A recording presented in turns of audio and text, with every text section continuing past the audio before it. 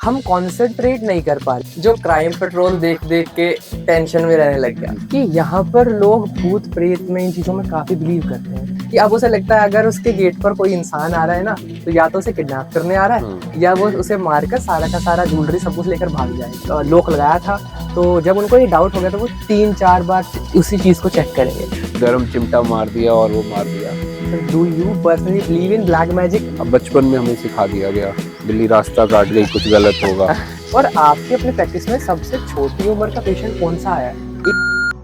Injection दिए जाते हैं उन एक्टर्स को ताकि उन्हें दर्द महसूस ना हो। मुझे तो मरना ही मरना है, मैं सुसाइड करूंगा इधर। मैं ना काफी बड़ा फैन हूँ डॉक्टर जोसेफ मर्फी का। कोटा में बच्चा पढ़ने गया, मेरे अंदर माता आ गई है। नीट क्लियर करना था, 3 अटेम्प्ट लगा दिए, नहीं हुआ, खत्म। ये आप मेरे पितर बोल रहे हैं मेरे अंदर। फोन एडिक्शन इस पूरे दिमाग को खराब कर रही है। आपने इस पे ज्यादा ध्यान नहीं रखा।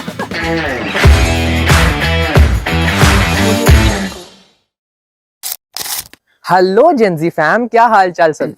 लोग बोलते हैं न्यूरो साइकेट्रिस्ट के पास तब जाना चाहिए जब आप पागल हो गए, पर you will be amazed to know that हमारी generation gen z is the most depressed generation ever. आखिर ऐसा क्यों है? आखिर क्यों सब कुछ पाकर भी हम टेंस्ड हैं, एंग्शियस हैं, डिप्रेस्ड हैं? क्या वो ऐसी चीजें हैं जो हम अपने पेरेंट्स से डिस्कस नहीं कर सकते बीइंग जेनजी? और क्या डैश एडिक्शन हमारे दिमाग को खराब कर रही है? आज हम इसे डिस्कस करेंगे India top neuro psychiatrist doctor Amit के साथ। और वेलकम सर, बहुत अच्छा लगा आपसे मिलकर और बहुत थैंक यू। ये पॉडकास्ट, और मुझे यकीन है एंड तक जो हमारे क्वेश्चंस हैं आपकी सारी गम चिंताएं खत्म हो जाएंगी, और जो सर आज एक्सप्लेन करेंगे हमें हेल्प करेगा हमें समझने के लिए। तो वेलकम सर, बहुत बहुत शुक्रिया हमारे साथ जुड़ने के लिए। सबसे पहला क्वेश्चन जो मैं पूछना चाहूँगा ADHD के रिगार्डिंग, मतलब आज माहौल क्या है? लोग कहते हैं कि आपकी जो सोशल मीडिया है, इंस्टाग्राम रील्स है, हम कॉन्सेंट्रेट नहीं कर पा रहे किसी भी एग्जाम पर, किसी भी गोल पर। तो क्या आपको लगता है ये सोशल मीडिया यूसेज एक कारण है हमारे इस लैक ऑफ कंसंट्रेशन का, जो हम कुछ भी हासिल नहीं कर पा रहे? देखिए, श्योरली ADHD तो चलो अटेंशन डेफिसिट जो होता है, हाइपर एक्टिविटी डिसऑर्डर, हाँ जी, वो तो एक जेनेटिक है या वो बाय बर्थ है या जैसे भी है। बट हाँ, हम डेली इतना ज्यादा जो हम सोशल मीडिया या रील्स देख रहे हैं या हो रहा है, that is leading to acquired attention deficit disorder. ठीक है। मतलब हमें इतना अटेंशन हमारी डेफिसिट हो रही है, हमें हर 15 सेकंड में एक डोपामिन का वो चाहिए, हिट चाहिए, रिवार्ड चाहिए, हम अगली रील चाहिए एवरी 15 सेकंड्स। बिल्कुल sir. So that is leading to dopamine, हमें बार बार हम डोपामिन ओवर स्टिमुलेशन कर रहे हैं, धीरे धीरे उस ओवर स्टिमुलेशन से हमें अपनी डे टू डे लाइफ में बोरिंग लगने लग जाती है। बिल्कुल। सो उसके कारण हमें एक तो अटेंशन डिसऑर्डर्स आ ही रहे हैं जो आप बात कर रहे हो, देन हमारा कंसंट्रेशन नहीं बन पा रहा है, स्टडीज में भी नहीं बन पा रहा, बिल्कुल, इरिटेबल भी हो रहे हैं। सो डेफिनेटली जो हमारा सोशल मीडिया हम ट्रोलिंग करते रहते हैं वो हमें लेके जा रहा है उस पे। और जैसे आपने सर समझाया कि ये अफेक्ट कर रहा है हमारे इमोशंस को, मेरे पास एक रील आई, उसमें कोई बच्चा हंस रहा है और मैं बहुत ज्यादा खुश हूँ यार उसे देखकर। अगली रील स्वाइप करी, एक इंसान है जो कुत्ते को मार रहा है, तो हम बहुत ही ज्यादा दुखी हो गए। तीसरी रील में हम किसी चीज को देखकर बहुत खुश हो गए।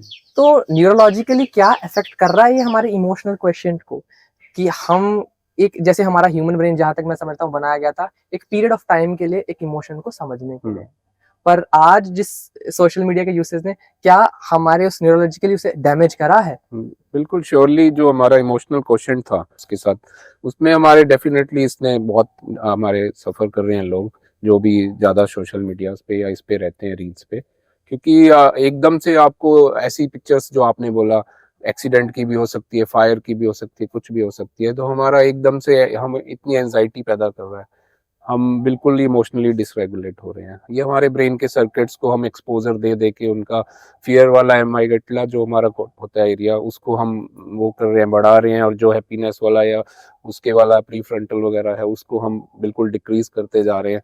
तो डेफिनेटली ये प्रॉब्लम्स क्रिएट कर रहा है हमारे लिए।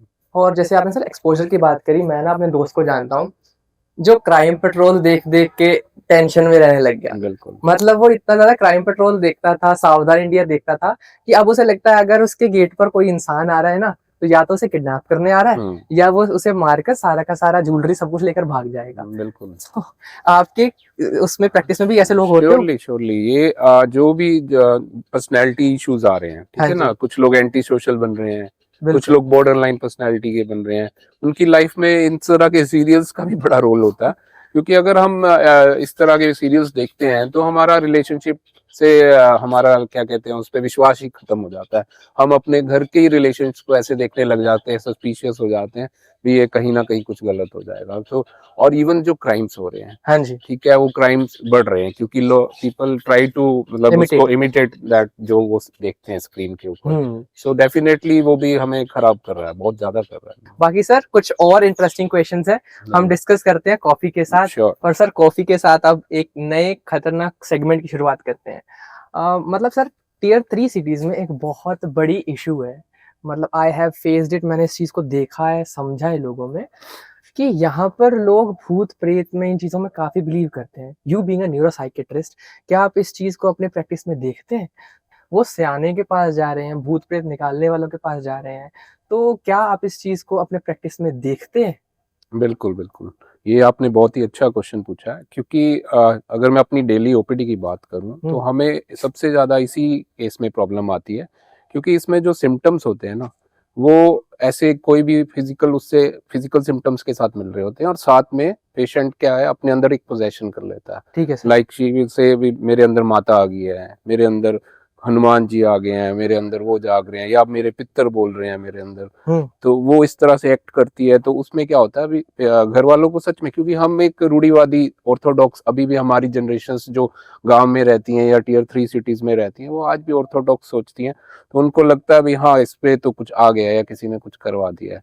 तो वो हमारे पास आते जरूर हैं, बट थोड़ी ही देर में उनको लगता है नहीं हमारा विश्वास उस तरफ है, हमें उस तरफ जाना है। तो हमें उनके साथ डील करने में काफी मुश्किल आती है, उनको समझाने में। और सर कितना, मतलब क्या आपको लगता है आउट ऑफ 100 कितने % लोग समझ जाते हैं इस चीज को कि हाँ भाई ये क्लिनिकल चीज टू डील विद है, ऐसे कोई रूढ़वादी चीज में जाकर, और सियाना भी क्या ही कर लेगा?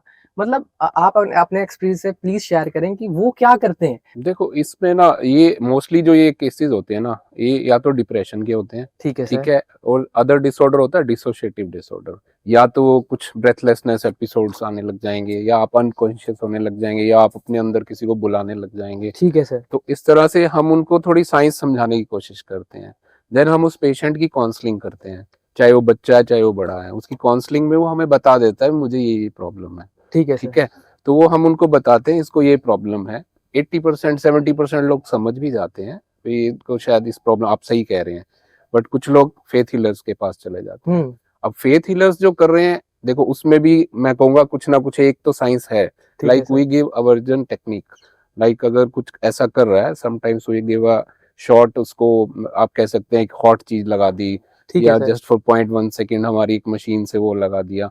ब्रेन को हम एक वो देते हैं, सेंसेशन देते हैं, अभी तूने आगे से ऐसे किया तो तुझे ये मिलेगा, ठीक है ठीक है। वो उतना, उससे ब्रेन डर जाता है थोड़ा, ठीक है सर। तो सेम थिंग कई बार ये भी लोग करते हैं ये भी गरम चिमटा मार दिया और वो मार दिया, but that is a totally inhuman, ठीक है ना। बिल्कुल बिल्कुल। सो आज की तारीख में हम उनको मेडिसिन और काउंसलिंग से ठीक कर सकते हैं। ठीक है सर। और अवेयरनेस की जरूरत है, अभी इसमें बहुत सा काम होने की जरूरत है। जितना अवेयर होंगे, आप सिर्फ टियर 3 की बात कर रहे हैं, टियर 2 में भी ऐसा है। जब किसी के साथ ऐसा कुछ होता है, बड़े सिटीज के लोग भी, पढ़े लिखे लोग भी, पीएचडी लोग भी, डॉक्टर लोग भी सोचते हैं भी शायद हमारे पे किसी ने कुछ करवा दिया है या हमारे कुछ हो गया। तो इस तरह से उनके पास, उनके चंगुल में फंस जाते हैं। Sir do you personally believe in black magic? आप पर्सनली बिलीव करते हैं नो इसमें? नो, मैं I being a psychiatrist not at all, but वैसे भी ब्लैक मैजिक कुछ नहीं है, हम सब समझते हैं। हाँ जरूर, हमें अब बचपन में हमें सिखा दिया गया बिल्ली रास्ता काट गई कुछ गलत होगा, ये दूध उबल गया पता नहीं कुछ अनर्थ होगा। बिल्कुल सर। तो कुछ ना कुछ चीजें हमारे दिमाग में बिठा दी गई हैं, बट ऐसा नहीं है अभी कोई ब्लैक मैजिक से हमें कभी कुछ हो जाएगा किसी में। और अब एक क्वेश्चन जो मेरे दोस्त ने कहा आपसे पूछने को, कि मतलब उसको सर इश्यूज रहते हैं, और काफी लोग ऐसे हैं जो एक चीज को जब करते हैं तो वो लूप में करते हैं। जैसे अगर उनको डाउट हो गया कि यार मैंने घर की चाबी लॉक लगाया था, तो जब उनको ये डाउट हो गया तो वो 3-4 बार उसी चीज को चेक करेंगे। हाथ धो रहे हैं तो 50 बार हाथ धो रहे हैं कि कोई जर्म रह ना जाए। तो एक ऑब्सेशन, उसी चीज को बारी बारी करना, तो इसे आप कैसे समझते हैं और कैसे समझाएंगे हमारे इंडियन जेंजी को कि जो तुम कर रहे हो वो सिर्फ एक आदत नहीं है, उसे ठीक किया जा सकता है? बिल्कुल। इसको हमारी टर्म्स में ऑब्सेसिव कंपल्सिव डिसऑर्डर बोलते हैं। ठीक है सर। इसके कुछ क्राइटेरियाज होते हैं इसको डायग्नोस करने के लिए। लाइक ऑब्सेशन, जो आपने बोला, मेरे दोस्त को ऐसे लगता भी मैं लॉक्स चेक करूं या मैं डोर की चिटकनी चेक करूं, बिल्कुल सर। या मैं बार बार मुझे लग रहा है कंटेमिनेशन हो गया, जर्म्स लग गए हैं, हाँ सो जी। आई कीप ऑन मतलब वॉशिंग माय हैंड्स।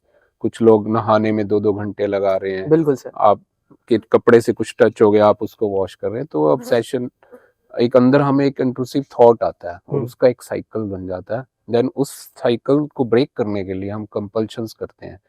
हम काउंट करने लग जाते हैं, मैं 7 बार लॉक चेक करूंगा, मैं 6 बार हाथ धोऊंगा, मैं ये हर चीज इतनी बार करूंगा। जब तक मैं वो नहीं करूंगा मुझे एक एंजाइटी पैदा होगी, भी पता नहीं क्या हो जाएगा। फियर ऑफ मिस हैपनिंग भी हो सकता है हमारे मन में। सो एक ये बीमारी बन जाती है और इससे आपकी डे टू डे लाइफ में बहुत सी प्रॉब्लम्स आती हैं। लोग इसको समझते नहीं है। शुरू पे लोग सोचते हैं मेरी वाइफ या मेरी बेटी कुछ ओवर मतलब क्लीननेस वाली है, इसको ज्यादा हाथ धोने की आदत है, बिल्कुल। तो लोग ऐसे चलते रहते हैं। But when it takes most of your daily time, like you spend more than 2 hours in this activity, so it's a disorder. और अब एक बहुत इम्पोर्टेंट क्वेश्चन जो मुझे लगता है ज़रूरत है इसको जेनजी को समझने की।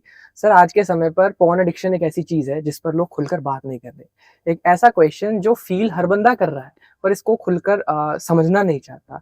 और कई लोग कहते हैं कि पॉर्न एडिक्शन से आपका दिमाग खराब हो जाएगा, न्यूरोलॉजिकली आप डैमेज कर रहे हैं अपने आप को। तो आप बीइंग अ न्यूरोसाइकियाट्रिस्ट कैसे इसको समझाते हैं? क्या ये एडिक्शन आपके डोपामिन लेवल्स को, आपके इन टोटल इस पूरे दिमाग को खराब कर रही है? क्या आप कंसंट्रेशन में या इन चीज़ों में इफेक्ट पड़ेगा? श्योरली, जो अगर हम बहुत ज़्यादा पोर्न एडिक्टेड हो जाते हैं तो ये हमारे डोपामिन रिवार्ड सिस्टम पे खराब करता ही है। उसकी ओवर स्टिमुलेशन हो रही है। There is a one protein, delta force protein होता है, उसका भी ये रिवायरिंग कर देता है सारा। सो अगर आप पोर्न एडिक्शन की करते हैं, मतलब पोर्न एडिक्शन मतलब आप बार बार पोर्न देख रहे हैं, तो आपका जो डोपामिन है, आपको एक ओवर स्टिमुलेशन की आदत पड़ गई। यू हैव ओवर स्टिमुलेट कर दिया आपने अपने डोपामिन रिवार्ड सिस्टम को। तो आपकी जो डेली लाइफ है, लाइक अगर आप मैरिड हैं तो आपकी आप उसको देख देख कर इतने आपका हैप्पीनेस लेवल ही हो गया बिल्कुल कम। आप जो वहां पे देख रहे थे एक एक्स्ट्रा ही कुछ देख रहे थे, बिल्कुल। तो दैट विल लीड टू, आप अपनी डेली लाइफ में वो नहीं कर सकते। ठीक है, तो आपको आपके रिलेशनशिप इश्यूज शुरू हो जाएंगे, आपको अपनी वाइफ में इंटरेस्ट नहीं रहेगा, आपकी लिबिडो लेस हो जाएगी, आपको इरेक्टाइल डिसफंक्शंस हो जाएंगे, and that may lead to anxiety and depression. So आप कहना चाहते हैं कि पोर्न भी एक कारण बन सकता है आपके मैरिटल उस बिल्कुल, सीन का? मैरिटल डिस्कॉर्ड के लिए बहुत वो है अहम। और आप भी देखते होंगे ऐसे लोगों को। बिल्कुल, तो बिल्कुल। आप अपनी तरफ से कुछ जेनजी को समझाना चाहेंगे कि इस चीज से कम उतना करे या फिर दूर रहे जितना अच्छा है? कि एक होता है आइडियल स्टेट, एक होता है रियल स्टेट। आइडियलिज्म और रियलिज्म में बहुत बड़ा फर्क है। बिल्कुल। और जो हमें दिखाया जा रहा है वो आइडियलिज्म है। उधर असलियत में जैसा एक इंटरकोर्स होता है वैसा उसमें कुछ भी नहीं। बिल्कुल। तो जेनजीज को तो मैं यही बोलना चाहूंगा भी, इट्स लाइक अ मूवी। ठीक है, जैसे मूवी में जो स्टार एक कर रहा है, एक फाइट सीन कर रहा है, 50 फीट के ऊपर से छलांग लगा रहा है, तो सेम वे इसमें भी उन्होंने एक अपना एक स्टार तैयार किया हुआ है। उसको पता नहीं क्या ड्रग्स दे रखी हैं और कितनी बारी रीटेक्स में वो शूट हुआ है। तो उनके साथ हमें बहना नहीं है, हमें ये नहीं सोचना है, क्योंकि it's leads to psychosexual disorders. कोई भी लड़का है, उसको ये लगेगा I am having a maybe my he can say that penis size is not a proper, मेरा मैं इतनी देर कर नहीं सकता, so premature ejaculation है। किसी को अच्छे से ये तो पता नहीं है what is premature ejaculation, और वो सोचेगा मैं भी उस चीज से पीड़ित हूँ। तो वो अपने अंदर ही अंदर कुछ देसी कुछ गलत दवाइयां भी यूज कर सकता है जो उसके हार्ट को भी अफेक्ट कर सकती हैं, कुछ और भी पार्ट्स को अफेक्ट कर सकती हैं। सो मेरा तो यही रहेगा, इनकी तरफ कम से कम ध्यान दिया जाए। और बहुत अच्छा एक्सप्लेन करा सर। मैं जेनजी को एक चीज बताना चाहूंगा। It was my second video जो मैंने बनाई पोर्नोग्राफी के ऊपर। ओके। कैसे जो हमें दिख रहा है वो कम्प्लीटली डिफरेंट है जो असल में है। कोक के इंजेक्शन दिए जाते हैं उन एक्टर्स को ताकि उन्हें दर्द महसूस ना हो। ट्रैफिकिंग की जा रही है हमारे प्लेजर के लिए। अगर आप सोच रहे हैं सिर्फ आप एक क्लिक कर कर अपने उस आनंद के लिए कुछ कर रहे हैं तो ऐसा नहीं है। There is multi billionaire market running behind that, और वो काम कर रहे हैं सिर्फ आपके उस क्लिक के लिए, उन एड्स के लिए, उन लाखों करोड़ों रुपए के लिए। तो समझने की जरूरत है। और जैसे आपने बहुत अच्छा समझाया कि शादी के बाद एक बंदे को रियलाइज होता है कि मैंने क्या चीज गवाई है। तो मुझे लगता है बहुत अच्छा आपने एक्सप्लेन करा और लोग समझेंगे भी।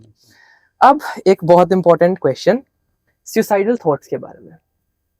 कोटा में बच्चा पढ़ने गया, उधर नीट क्लियर करना था, 3 अटेम्प्ट लगा दिए, नहीं हुआ, इंजीनियर नहीं बना, आईआईटी में नहीं गया तो खत्म। और इस फैमिली पीयर प्रेशर कारण बच्चा उस स्टेट में चल जाता है जहां पर उसे सुसाइडल थॉट्स आने लग जाते हैं, और काफी बच्चे अपना जीवन खत्म कर देते हैं सिर्फ इसी स्टेट के लिए। तो मैं आपसे समझना चाहूंगा how to differentiate suicidal thoughts versus passive suicidal ideation. कैसे इसका डिफरेंस समझें, क्या अगर बंदा इस पे फील कर रहा है तो कैसे वो अपने आप को इस चीज के बारे में एनालाइज कर सकता है। देखो, पैसिव सुसाइडल आइडिएशन, ठीक है, या you can say that death wishes, ये तो जैसे ऐसा हुआ भाई, मैं भगवान से प्रे करता हूँ कि मैं सुबह उठूं ही ना, या मैं प्रे करता हूँ मेरी गाड़ी का एक्सीडेंट हो जाए। बिल्कुल। सो ये तो एक पैसिव सुसाइडल आइडिएशन है, एक डेथ विशेस है, भाई मुझे भगवान उठा ले, मतलब दुखी होके बस वैसे बोल रहा है। It's also a part of depression. और then there when depression is severe, the patient बोलता है, मतलब वो एक सुसाइडल इंटेंट रखता है, ठीक है सर, और वो सुसाइडल अटेम्प्ट करने के लिए सुसाइडल मतलब तरीके ढूंढता है। हम रोज ही पढ़ते हैं, आज उसने सुसाइड कर लिया, आज उसने कर लिया, बड़े बड़े सेलिब्रिटीज ने भी कर लिया और एक छोटे बच्चे ने भी कर लिया। बिल्कुल। तो उनके ऊपर कोई जागरूकता नहीं रख रहा है, उनको कोई इस बारे में समझा नहीं रहा है। इट्स नॉट अ, यही लाइफ आपकी हमेशा चलनी है। अब life is like a clock, बिल्कुल, कभी हमारे 6 भी बजेंगे, कभी हमारे 12 भी बजेंगे। बिल्कुल। आज अगर हम 6 पे हैं, डिप्रेसिव हैं, तो 12 भी बजेंगे, हम उठेंगे। बिल्कुल, सबकी लाइफ के साथ ऐसा होता है। और ये बहुत अच्छा आपने समझाया कि दिन रात होता है, और यही कारण है एक बंदा सक्सीड करे, फेलियर्स देख के ही सक्सीड करेगा।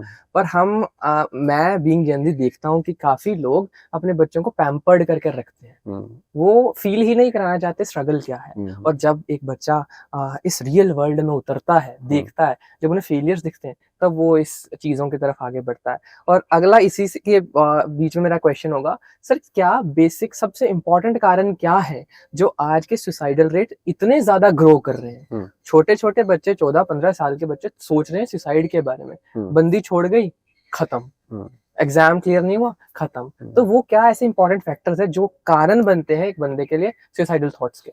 देखो, एक सबसे बड़ा तो है, अब न्यूक्लियर फैमिलीज हो गई हैं, ठीक है, लोनलीनेस बढ़ गई है। हमारे पास दोस्त फेसबुक पे तो बहुत हैं, हमारे पास इंस्टा पे तो फॉलोअर्स बहुत हैं, बट हमारे पास एक आसपास जो दोस्त है उनसे तो हम बात भी नहीं कर रहे। Beautiful sir. तो हम जो एक पुराना हमारा होता था ना, एक जॉइंट फैमिलीज थी, उसमें सब खेल रहे हैं, बहन भाई कजन सब एक दूसरे से खेल रहे हैं, बिल्कुल, कभी जरूरत ही नहीं लगती थी। तो अब हम सब इतने लोग होते हुए भी हम सब लोनली हैं। बिल्कुल, दुनिया के बारे में तो हमें पता है अभी वो ऐसे कर रहा है, उससे क्या हो रहा है, जस्ट फोमो ही आ रहा है। बिल्कुल, ठीक है, और वो हमें और एंजाइटी पैदा कर रहा है और डिप्रेशन पैदा कर रहा है। तो दूसरा कम्पिटिटिव वर्ड, इतना वो सर्वाइवल ऑफ फिटेस्ट शुरू से चलता आ रहा है, अब कुछ पॉपुलेशन भी बढ़ रही है, और दूसरा इतना कंपटीशन है आपको जॉब्स के लिए, आपको किसी अच्छी यूनिवर्सिटी में एडमिशन के लिए, हर चीज के लिए आपको काफी लड़ना पड़ता है। तो कहीं ना कहीं जो आपने बोला फेलियर किसी ने सिखाया ही नहीं, सबका एक बच्चा है, उसको हर चीज लाके दी जा रही है एक बात करने पे। हम सब ने हमारी जनरेशन ने तो अपना बचपन में नो सीखी है, सुनी है अपने पेरेंट्स से, आज किसी बच्चे ने नो नहीं सुनी है। बिल्कुल सर। ठीक है, तो वो फेलियर वाली बात है। मैं तो जितने भी बच्चे तैयारी करते हैं, या इवन मैं अपने खुद के बच्चों को भी बोलता हूँ, बेटा फर्स्ट मत आओ, पहले 3 में आ जाओ, पहले 10 में आ जाओ। लड़ाई बहुत लंबी है, लास्ट पे आके जोर लगाएंगे रिले रेस की तरह, तो हम इसको बहुत अच्छे से कुछ गेन कर जाएंगे। बहुत बहुत अच्छा समझाया सर, बाद में देखेंगे क्या पाया क्या खोया। एक लाइफ है, और जैसे आपने काउंसलिंग की बात करी सर, एक बीच में एपिसोड मेरे पे भी आया था when I was into UPSC preparation. जब आप एक ही चीज पर फोकस हो, आपको लग रहा है ये सबसे इम्पोर्टेंट चीज है, तो उस समय पर आपने वो एग्जैक्टली वही चीज बोली, काउंसलिंग, कि मेरे परिवार ने, मेरी फैमिली ने भाई बहन ने इतना हेल्प करा हम्म। उस समय पर, और वही कारण लगते हैं मुझे ताकि मैं इस रियल वर्ल्ड को समझ पाया। बिल्कुल। वरना लोग अपनी जिंदगी लगा देते हैं एक एग्जाम के पीछे, अगर वो नहीं हो रहा तो नहीं, यही मेरी जिंदगी है, और वो उसके करके अपने वो प्रोडक्टिव साल खराब कर लेते हैं जिसमें वो कुछ भी कर सकते थे। तो ये बहुत ज्यादा समझने की जरूरत होगी हमारी जेंजी को। चलिए सर, अब कुछ क्वेश्चंस मौसम का आनंद लेते हुए। जैसे आपने बताया कि मेंटल हेल्थ एक ऐसी चीज है जिस पर ध्यान देने की जरूरत है, इसे समझा जाना चाहिए, पर हमारे देसी पेरेंट्स को कैसे समझाएं? क्या उनको कैसे बताएं कि डीप ब्रीदिंग से, सांस लेने से डिप्रेशन ठीक नहीं होता? इसके लिए आपको कंसल्टेशन जरूरी है। देखिए, इसमें ना पहले तो हमें लोगों को ये अवेयरनेस करना है डिप्रेशन है क्या। हाँ जी। ठीक है ना। तो डिप्रेशन के जो सिम्टम्स हैं, लाइक आपको किसी चीज में मन नहीं लग रहा है, आप उदास रह रहे हैं, देन आपको भूख नहीं लग रही है, और आपका नींद इम्पेयर्ड हो गई है, आपका अपने वर्क में इंटरेस्ट खत्म हो रहा है। ठीक है सर। है ना। और इसमें 6-7 जो हमारे सिम्टम्स होते हैं मेजर, अगर इसमें से कुछ भी, अगर आपको 3 या 4 सिम्टम्स मोर देन 2 वीक्स हैं, ठीक है, जो हमारा पुराना क्राइटेरिया था, तो that is a depression case. ठीक है। ठीक है सर। तो एक तो पहले पेरेंट्स या दुनिया में एक अवेयरनेस तो होना भी डिप्रेशन है क्या। बिल्कुल। ठीक है। हम हर टर्म, हर पेशेंट को, चाहे वो मैनिया में है, उसको भी डिप्रेशन बोल रहे हैं, हर चीज को डिप्रेशन है। जो डीप ब्रीदिंग है वो हमारे प्रीफ्रंटल कॉर्टेक्स में, जो उसमें हमारे एरियाज हैं, उनके सर्किट्स को करती है और ज्यादा बढ़ाती है ताकि हमारी अच्छे वो हो सके। बट ये कभी भी, मैं इसको, मेरा ये मानना है भी, ये अगर आप मॉडरेट टू सीवियर डिप्रेशन में है तो ये आपको ठीक नहीं हो सकती। और अगर आप डिप्रेशन को ठीक नहीं करेंगे तो जो हमने अभी पहले बात करी, तो सुसाइडल तक भी आप जाएंगे। सो पेरेंट्स को समझाना बहुत ज़रूरी है भी, जहाँ मेडिसिन की ज़रूरत है वहाँ मेडिसिन लेनी है। जहाँ सिंपल एक डीप ब्रीदिंग से कुछ एंजाइटी के या कुछ एक छोटे से कुछ प्रॉब्लम है वो सॉल्व हो सकती है, वहाँ डीप ब्रीदिंग भी करेंगे। बिल्कुल सर। और आपके अपने प्रैक्टिस में सबसे छोटी उम्र का पेशेंट कौन सा आया है जो डिप्रेशन फेस कर रहा हो? देखिए, ये ना अब इतना ज़्यादा हो गया है। अभी आप मानिए, जब मैंने प्रैक्टिस शुरू करी थी तो मेरे पास सिर्फ एक, आज से मतलब 17-16 ईयर्स बैक, तो मेरे पास सिर्फ एक पेशेंट था जो 12 साल का था, 11 साल का था उस टाइम में। मेरे लिए वो भी एक बड़ा स्ट्रेन था। और अभी इस टाइम पे मेरे पास 6 साल की गुड़िया और एक 8 साल का बच्चा है जो आके मुझे बोलता है भी मुझे तो मरना ही मरना है, मैं सुसाइड करूंगा ही करूंगा। उसको नहीं पता है वो क्यों हो रहा है। पहले ऐसे लगता है अभी अटेंशन सीकिंग बिहेवियर कर रहा है, कभी वो छत पे चढ़ रहा है कूदने के लिए, कभी कुछ। बट जब हमने उसको अच्छे से देखा, हमने उसकी अच्छे से स्टडी करी, तो he is a clear case of severe depression. और वो अब अपने आप हो रहा है अंदर। ठीक है। मे बी वो जेनेटिकली वल्नरेबल है क्योंकि उसके पेरेंट्स को भी थोड़ा था। ठीक है सर। ठीक है, फादर को था या कुछ था।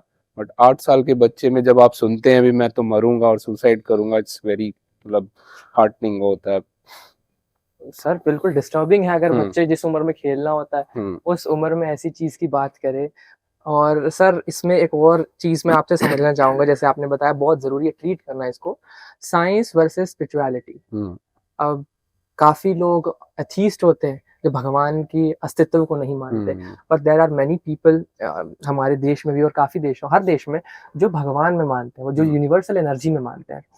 तो क्या मेडिटेशन, क्या ध्यान लगाना, किसी शब्दों को चैंट करना और नाम जप करना, क्या ऐसे कुछ प्रूवन स्टडीज हैं जिससे हम मान सकें कि नाम जप से या मेडिटेशन से, धर्म से किसी का डिप्रेशन ठीक हो जाए, किसी की मेंटल हेल्थ इश्यूज ठीक हो जाए? देखो, बिल्कुल है। हमारी इंडियन साइंस भी बहुत पुरानी है, और अगर हमें एक ओम का हम लेकर आए इस दुनिया में, ओम की चैंटिंग से या कुछ भी और है, तो दैट डेफिनेटली हेल्प्स। क्योंकि वो मेडिटेशन की आप बात करेंगे तो मेडिटेट जब हम करते हैं या हम चैंट करते हैं किसी सेम उसको, तो वो हमारे सर्किट्स को रीजनरेट कर रहा है। ठीक है सर। इस साइंस की स्टडीज भी हैं, जो हमारा ब्रेन का ग्रे मैटर है उसकी कंसंट्रेशन बढ़ जाती है लगातार मेडिटेट करने से या चैंटिंग करने से या जाप करने से, है ना। ठीक है sir. So definitely it works. ठीक है, ऐसा नहीं है, मैं भी खुद भी भगवान को मानता हूँ, ऐसा नहीं है भी वो वर्क नहीं करेगा, इट वर्क्स। बट जहाँ पे इन चीजों से नहीं फर्क पड़ रहा वहां पे हमें मेडिसिन तो लेनी पड़ेगी। बिल्कुल सर। और एक क्वेश्चन इस बीच में से निकल के आया सर मेरा। सबकॉन्शियस माइंड बहुत इंपॉर्टेंट चीज है टू बी डिस्कस्ड। मैं ना काफी बड़ा फैन हूँ डॉक्टर जोसेफ मर्फी का। Okay. The power of your subconscious mind, कैसे हम कोई चीज़ें मैनिफेस्ट कर सकते हैं। और देयर आर प्रूफ्स कि लोग बता रहे हैं कि उन्होंने मैनिफेस्टेशन कर कर ऐसी इनक्योरेबल डिसीज को ठीक कर लिया, सिर्फ सबकॉन्शियस को बताकर, क्योंकि वो बताते हैं कि आपकी फार्मेसी आपके शरीर के अंदर ही है। इस पर एक बहुत तगड़ा एक्सपेरिमेंट इन्होंने डॉक्यूमेंट भी कर रखा है। जब एक इंसान को मारना था, उसको 2 सुई लगाई गई और उसे बताया गया, फर्म किया गया कि तेरे को कोई कोबरा डंग कर रहा है, और उसकी बॉडी में से वही पॉइजन मिला जो कोबरा से मिलता है। मतलब वो उनको बताना चाहते थे कैसे ये बहुत खतरनाक चीज है, ये कुछ भी कर सकता है। बिल्कुल बिल्कुल। और इस पर आपके विचार क्या होंगे? क्या सबकॉन्शियस माइंड इतना केपेबल है कि स्टेज 4 कैंसर ठीक होते हैं एज पर देयर थ्योरी? आपका इस पर क्या विचार होगा? देखो, इस पे डेफिनेटली कुछ ना कुछ तो वर्क करता ही है। देखो, हम सिलेक्टिव अपना एक गोल रख लेते हैं, ठीक है, मैंने सोच लिया अभी ये यहाँ पर ऐसा ही है, मेरा सबकॉन्शियस माइंड हमेशा वही ढूंढ रहा है, ठीक है, तो मैं अपॉर्चुनिटीज कैच कर रहा हूँ उसमें से, ठीक है, मैं हमेशा उसमें से ना वो कैच कर रहा हूँ भी मुझे तो मतलब यहाँ पे मेरे भगवान बसते हैं या मेरे यहाँ गुरु दिखेंगे, तो मुझे उसमें सिलेक्टिव दिख रहा है, मैं हर उस इमेज को मेरा ब्रेन अपने आप उसमें बना रहा है, ठीक तो है मैं सर। उसकी पावर। अब आपने बोला वो कोबरा वाला, देखो हमारी भी साइंस में, जैसे अगर मैं एनेस्थेटिस्ट हूँ, मुझे एक इंजेक्शन लगाना है सिंपल, तो मुझे भी सिखाया जाता है भी पहले आपने पेशेंट को बोलना है भी एक छोटा सा इंजेक्शन लगेगा सुन करने के लिए, तो ब्रेन को कहीं ना कहीं हम पहले ही वो कर रहे हैं भी आपको सुन किया जा रहा है। बिल्कुल, ठीक है, अगर यही मैं उसको बोलूंगा तेरे मैं अब कटर लगाने वाला हूँ, तो उसके अंदर से पहले ही दर्द का एक वो फील होना शुरू हो जाएगा। बिल्कुल। तो सिलेक्टिव सबकॉन्शियस हमारा पावरफुल तो है ही, बहुत कुछ कर सकता है, बट ठीक है, आपने इस पे ज्यादा ज्ञान ले रखा है। तो इस पर तो काफी सर मैंने और इसी पर एक question, do you think manifestation काम करता है? मैनिफेस्टेशंस वही मैं जो अभी बात कर रहा हूँ भी हम देखना ही वो चाह रहे हैं ना, जो हमने अपने मन में सोच रखा है, तो उसको हम पहले ही मैनिफेस्ट कर रहे हैं उन चीजों के ऊपर। ठीक है सर। तो लास्ट क्वेश्चन होगा, डिजिटल डिटॉक्स जैसी चीज एग्जिस्ट करती है? मतलब आज लोग बात कर रहे हैं कि सारी चिंताओं का जड़ आपका ये कुछ इंचों का फोन है। बिल्कुल। मतलब अगर आप डिजिटल डिटॉक्स को अपनाएंगे, कुछ घंटे अपने जीवन में इस फोन से दूर रहने का काम करेंगे, तो आपकी जिंदगी बाहर से बढ़ जाएगी। और हमारे पेरेंट्स भी कहते हैं कि कोई भी अगर बुखार भी हो गया तो तेरे फोन के कारण हो रहा है, अगर तेरे एग्जाम में नंबर नहीं आए तो ये तेरा फोन है जिसके कारण सारी दिक्कत हो रही है। तो do you think digital detox exist और ये हमें हेल्प कर सकता है फिजिकली, मेंटली, फिजियोलॉजिकली, किसी भी तरीके से? देखो, श्योरली डिजिटल डिटॉक्स एग्जिस्ट करता है, हमें कुछ घंटे तो रोज ही डिजिटल डिटॉक्स करना चाहिए, और अगर हम बहुत ज्यादा इस कारण से परेशान हैं अपने इस डिजिटल डिवाइस को यूज करके, तो हमें लंबी 7 to 14 डेज वाला डिजिटल डिटॉक्स भी करना चाहिए, हमें किसी उसमें जाकर, या इवन अगर हम अपने घर में कर सकते हैं तो बहुत ही अच्छी बात है, नहीं तो अपनी जगह से दूर जाकर, और उसमें जो कैंप्स होते हैं और होते हैं, क्योंकि ये सब साइंटिफिकली है। देखिए, आपने अपने आप को ओवर स्टिमुलेट कर रखा है, आपने अपने डोपामिन रिवार्ड से उसको बिल्कुल ही वो एक ब्लंट कर दिया, उसको इतना ओवर स्टिमुलेट कर दिया भी उसका सिस्टम सारा रिवार्ड खत्म हो गया। सो अगर आप डिजिटली डिटॉक्स रहेंगे, स्क्रीन, अब आप आज की तारीख में देखिए ना, आपको नींद नहीं आ रही है ना, आपके हार्मोन्स मेलाटोनिन आपने खत्म कर दिया, उससे स्लीप साइकिल खत्म हो गया, आपका सर्केडियन रिदम खत्म हो गया। तो डिजिटल डिटॉक्स करेंगे, आरएस सिस्टम है वो सब दोबारा से रीजनरेट होंगे, जितना आप इनसे दूर रहेंगे, आपकी इरिटेशंस दूर होंगी, आपका हेडेक, इरिटेशंस, अग्रेसिवनेस, हर चीज खत्म हो रही है। बहुत जरूरी है अपने आप को वापस रीजनरेट करना, ब्रेन के साइकिल्स को दोबारा रीजनरेट करना, प्रीफ्रंटल कॉर्टेक्स को दोबारा से जो करना, वो सब डिजिटल डिटॉक्स से हो सकता है। और बहुत अच्छा सर आपने इसको एक्सप्लेन करा। और एक बात बोली अपने स्लीप साइकिल के बारे में, तो एक बहुत नया इंटरेस्टिंग रिसर्च निकल के आया है, स्लीपिंग लेस ये बहुत बड़ा कारण है लोगों को कैंसर हो रहा है। जो बॉडी अपने आप को समय नहीं लगता रीजनरेशन के लिए, वो elimination of the bad cells के लिए। तो स्लीपिंग कितनी ज्यादा जरूरी है आपके अनुसार, अगर आप मेंटल हेल्थ की बात कर रहे हैं? सोना, मेंटल हेल्थ तो सारा स्लीप के ऊपर है। अगर आप मान लीजिए आप 3 दिन से ऑफिस वर्क कर रहे हैं, ये आप शादी में ही गए हैं और 3 दिन से सोए नहीं है, तो that will definitely lead you to acute साइकोसिस तक आ सकता है आपको। ठीक है, स्ट्रेस रिएक्शन के आपको एक्यूट साइकोसिस भी आ जाता है उसमें, ठीक है, क्योंकि हमारे सेल्स ही रीजनरेट नहीं हो रहे। हमें रोज का एक वो चाहिए, रेस्ट चाहिए, 7 आवर्स का चाहिए, तभी हमारे सारे सेल्स रीजनरेट होंगे। तो स्लीप तो एक बहुत बड़ा, हमें भगवान ने जो बनाया, सर्केडियन रिदम बनाया, तो दैट इज अ वेरी अब सर बहुत बहुत अच्छी तरह से आपने हर क्वेश्चन को एक्सप्लेन करा, बहुत क्लैरिटी मिलेगी हमारी जेंजी को समझने में मेंटल हेल्थ क्या है, एंग्जाइटी क्या है, जो टबूज हैं, जो मिथ्स हैं उनके। अब लास्ट में कंक्लूडिंग मैसेज आपका क्या रहेगा हमारी जेंजी के लिए? जेंजीज के लिए, जो जेंजीज हैं, देखो इनका सबका वो जो है ना, हमने शुरू में बात करी स्क्रीन टाइम से और रील्स देख देख कर, और हमने जो अपने आप को एक ओवर स्टिमुलेशन, उसके कारण हमने अटेंशन डेफिसिट हो गए हैं, हम अग्रेसिव हो गए हैं, हाँ जी। हम लोनलीनेस फील कर रहे हैं। तो try to maintain a proper balanced life. आप सुबह अपना जो पुराना हमारा सिस्टम था, आप वॉक पे जाइए, आप कुछ योगा एक्सरसाइजेस करिए, ठीक है। अभी हम क्या हो रहा है, अभी हम योगा के लिए भी पैसे दे रहे हैं, हाँ जी। बाद में मतलब आप साइकेट्रिस्ट पास भी जाना पड़ रहा है आपको, बिल्कुल। ठीक है। तो आप डेली मेंटेन करिए, और जो आपका जरूरी काम है इस डिजिटल उसमें आप प्रायोरिटाइज वो प्रायोरिटाइज करिए, क्योंकि हर चीज फोन पे हो रही है, बैंकिंग भी फोन पे है, स्टडी भी फोन पे है, आपको वो तो करना है। बिल्कुल। बट आप अननेसेसरली किसी उनको देख देख कर अपने आप को खराब कर रहे हैं, तो वो आपको थोड़ा सा डिजिटल डिटॉक्स करना चाहिए। हर चीज का रोल है। हमने चैंटिंग की बात करी, आज बिल्कुल। आज भजन संध्याज हो रही हैं, भजन चैंटिंग्स, और आज भी हमारे यहाँ पे भजन भजन क्लबिंग, हाँ जी। क्लबिंग हो रही है, आज हमारे सिरसा में भी हो रही है। हाँ जी। So that also works. तो इन सब चीजों में अभी ये क्यों बनाया वैसे भजन चैंटिंग वाला, क्योंकि मेंटल हेल्थ सबकी खराब हो रही है। बिल्कुल। और आपकी जेंजीज हैं जो वो इसके तो ज्वाइन कर लेंगी, क्लबिंग के नाम पे ज्वाइन कर लेंगी, पर भजन संध्या के नाम पे नहीं करेंगे। बिल्कुल। So try to maintain a balanced life. पहले जैसी हम हमारी जो साइंस, हमारी जो पूर्वजों का वो था ना, हाँ जी। वो फार मतलब टू फार, मतलब वो आज भी अगर हम अपना लें तो हम बहुत अच्छे रह सकते हैं। बिल्कुल बिल्कुल दुनिया हमारी चैंटिंग पे जा रही है, दुनिया हाँ हमारे जी। कृष्णा कृष्णा कर रही है, हाँ जी। बट हम इन सब हमारी जेंजीज छोड़कर कुछ मोमो शोमोस में जा रही हैं। बिल्कुल सर। और मुझे लगता है जो चीजें आज आपने शेयर करी, आज समझाया, हम्म, हेल्प जरूर करेगा, क्योंकि मेंटल हेल्थ ना तो जैसे थेरेपी है, बड़े शहरों में इसको फ्लॉन्ट करने लग गए लोग। मैं एक थेरेपिस्ट पे जाता हूँ, मतलब हमें फ्लॉन्ट भी नहीं करना, बल्कि इसे एक रियल इशू की तरह समझना है। और if you need any consultation, आप समझ सकते हैं इस चीज को। बाकी बहुत अच्छा लगा सर आपसे मिलकर, बहुत अच्छी तरह से आपने हर एक इशू को समझाया, जो मुझे यकीन है बहुत मदद देगा हमारे जेंजी को। ये था हमारा the raw POV with Jashandeep Luthra, और ये थे हमारे सर डॉक्टर अमित नारंग, और हमने डिस्कस करा पूरा मेंटल हेल्थ। बहुत अच्छा लगा सर से मिलकर, और यही उम्मीद है आपको इससे जरूर फायदा मिलेगा। आप अपने उस 1% डायमेंशन को एक्सप्लोर कर पाएंगे, जिससे आप अपनी जिंदगी में थोड़े और प्रोडक्टिव बने, अपने सभी ड्रीम्स को अचीव कर पाएं। बाकी मिलते हैं एपिसोड 2 में एक नए गेस्ट के साथ, जिससे आप भी कुछ नया सीखें और अपनी जिंदगी में कुछ अच्छा हासिल कर पाएं। तो ये था हमारा आज का पॉडकास्ट। मिलते हैं एक नए पॉडकास्ट के साथ, तब तक के लिए टेक केयर, गुड बाय, जय हिंद।